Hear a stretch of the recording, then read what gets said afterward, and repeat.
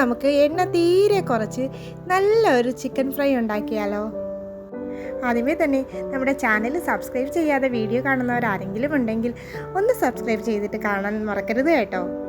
എന്നാൽ നമുക്ക് നേരെ വീഡിയോയിലേക്ക് പോവാം. ഞാനിവിടെ ചിക്കനൊക്കെ നന്നായി വൃത്തിയാക്കി വെച്ചിട്ടുണ്ട്. ഇനി നമുക്ക് ചിക്കൻ ഫ്രൈക്ക് ആവശ്യമായ മസാലക്കൂട്ട് തയ്യാറാക്കാം. അതിനായി നമുക്ക് ഒരു ചെറിയ കഷ്ണം ഇഞ്ചി, ഒരു 7 വെളുത്തുള്ളി അല്ലി, ഒരു 2 സ്പൂൺ മല്ലിപ്പൊടി, എരിവിന് ആവശ്യത്തിന് മുളക് പൊടി, അല്പം മഞ്ഞൾപ്പൊടി, കുറച്ച് കുരുമുളക് പൊടി, കുറച്ച് ഗരം മസാലപ്പൊടി.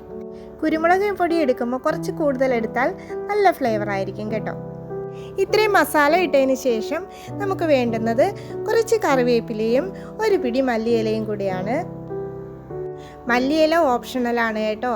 അതിൻ്റെ സ്മെല്ല് ഇഷ്ടമല്ലാത്തവർക്ക് അത് അവോയ്ഡ് ചെയ്യാം.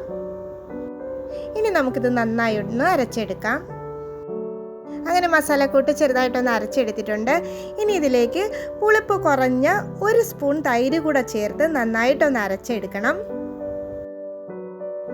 ഇനി ഈ മസാലക്കൂട്ടാണ് നമ്മൾ ചിക്കനിലേക്ക് തേച്ച് പിടിപ്പിക്കാൻ പോകുന്നത്. അതിനു മുമ്പേ നമുക്ക് ചിക്കൻ ആവശ്യമുള്ള ഉപ്പ് കൂടെ ചേർത്ത് കൊടുക്കണം.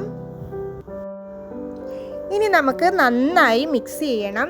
ചിക്കൻ്റെ എല്ലാ ഭാഗത്തും എത്തുന്ന രീതിയിൽ നന്നായി മിക്സ് ചെയ്തതിന് ശേഷം നമുക്കിത് ഒരു അരമണിക്കൂർ മിനിമം എങ്കിലും വെച്ചേക്കണം.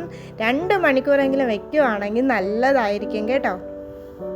ഞാനിവിടെ 2 മണിക്കൂറിന് ശേഷമാണ് കേട്ടോ ഇത് തയ്യാറാക്കാനായി എടുക്കുന്നത്. ആദ്യമേ തന്നെ പാൻ അടുപ്പത്ത് വെച്ച് കുറച്ച് വെളിച്ചെണ്ണ ഒഴിച്ചതിന് ശേഷം കുറച്ച് കറിവേപ്പില കൂടെ ഇട്ട് കൊടുക്കാം. അതിലേക്ക് നമുക്ക് സവാള കൂടെ ചേർത്ത് കൊടുക്കാം. ഇനി സവാള ഒന്ന് ചെറുതായിട്ടൊന്ന് വഴറ്റി കൊടുക്കണം. ഒത്തിരി ബ്രൗൺ ആവുകയൊന്നും വേണ്ട, കാരണം നമുക്കിനി ചിക്കൻ ഇട്ട് ഒന്നുകൂടെ ഫ്രൈ ആക്കേണ്ടതുണ്ട്. അതുകൊണ്ട് ചെറുതായിട്ടൊന്ന് വാടുമ്പോഴേക്കും നമ്മൾ മാഗ്നേറ്റ് ചെയ്ത് വെച്ചിരിക്കുന്ന ചിക്കനും കൂടെ നമുക്കിതിലേക്ക് ചേർത്ത് കൊടുക്കാവുന്നതേ ഉള്ളൂ. ഇവിടെ നമ്മൾ വളരെ കുറച്ച് എണ്ണ മാത്രമേ ഉപയോഗിക്കുന്നുള്ളൂ. അതുകൊണ്ട് തന്നെ ചെറിയ തീയിൽ വേണം നമ്മളിത് തയ്യാറാക്കി എടുക്കാൻ. ഇനി നമുക്ക് ചിക്കനും കൂടെ ചേർത്ത് കൊടുക്കാം. നമ്മുടെ സവാള ഒത്തിരി അങ്ങ് മൂത്ത് പോകാതിരിക്കാനായി നമ്മളത് ചിക്കനിലേക്ക് ഇങ്ങനെ ഒന്ന് അടുപ്പിച്ച് വെച്ചതിന് ശേഷം അതെല്ലാം കൂടെ ഒന്ന് തിരിച്ചപ്പോഴേ ഒന്ന് ഇടണം. കണ്ടോ, ഞാൻ ഈ ചെയ്യുന്നത് പോലെ ചെയ്താൽ മതി. അപ്പോഴേക്കും നമുക്ക് ആ സവാളയെല്ലാം ചിക്കൻ്റെ മുകളിലായിട്ട് കിട്ടും. ഇതുപോലെ തന്നെ എല്ലാ പീസുകളും ഒന്ന് തിരിച്ചിട്ടതിന് ശേഷം നമുക്കിത് അടച്ചു വെച്ചൊന്ന് വേവിക്കണം. തീ വളരെ കുറച്ച് വേണം ഇടാൻ, അത് പ്രത്യേകം ശ്രദ്ധിക്കണം. ഇനി നമുക്കൊന്ന് തുറന്ന് നോക്കാം. ഇപ്പോൾ ഒരു സൈഡൊക്കെ ചെറുതായിട്ടൊന്ന് മൂത്ത് വരുന്നുണ്ട്. ഇനി നമുക്ക് അടുത്ത സൈഡും കൂടെ ഒന്ന് തിരിച്ചിട്ട് കൊടുക്കാം. ഇതേപോലെ തന്നെ എല്ലാ സൈഡുകളും ഒന്ന് തിരിച്ചും മറിച്ചും ഇട്ട് നമുക്കത് നന്നായി ഒന്ന് വേവിച്ച് നല്ല പോലെ ഒന്ന് ഫ്രൈ ചെയ്തെടുക്കണം. ചിക്കൻ കുറച്ചും കൂടെ ചെറിയ പീസാക്കുവാണെങ്കിൽ നമുക്ക് പെട്ടെന്ന് ഫ്രൈ ആയി കിട്ടും കേട്ടോ. ഇത് വളരെ എളുപ്പത്തിൽ നമുക്ക് തയ്യാറാക്കി എടുക്കാവുന്നതാണ്. നല്ല റോസ്റ്റ് പോലെയാണ് കിട്ടുന്നത് കേട്ടോ. വളരെ ടേസ്റ്റുമാണ്.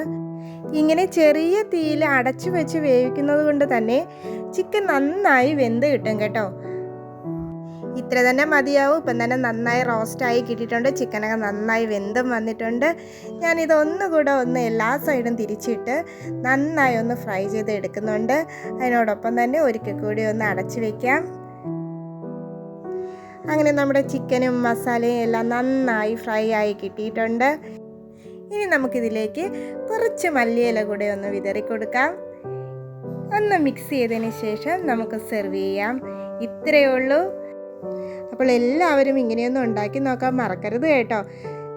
ഇന്നത്തെ വീഡിയോ എല്ലാവർക്കും ഇഷ്ടമായെന്ന് കരുതുന്നു. എന്നാൽ ഇനി മറ്റൊരു വീഡിയോയുമായി വീണ്ടും കാണാം. താങ്ക്